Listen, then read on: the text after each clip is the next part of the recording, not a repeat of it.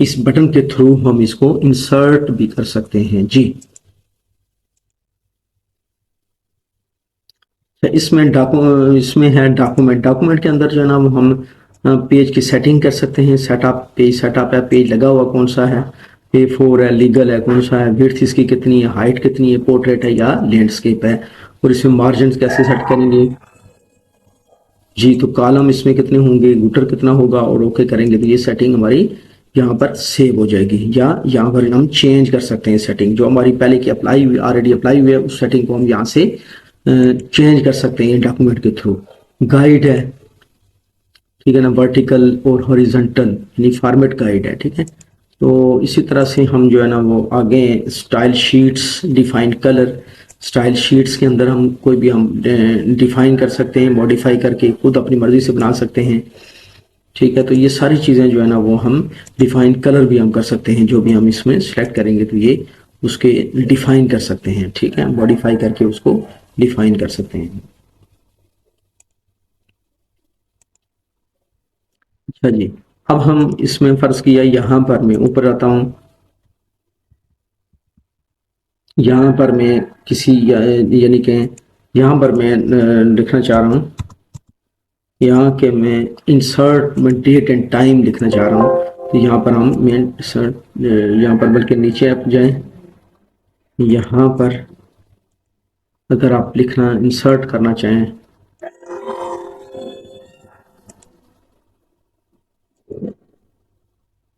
Picture insert करना चाहें तो हम पिक्चर यहाँ से इंसर्ट कर सकते हैं। कोई भी पिक्चर हमारे पास होगी तो हम यहाँ से पिक्चर इंसर्ट कर सकते हैं।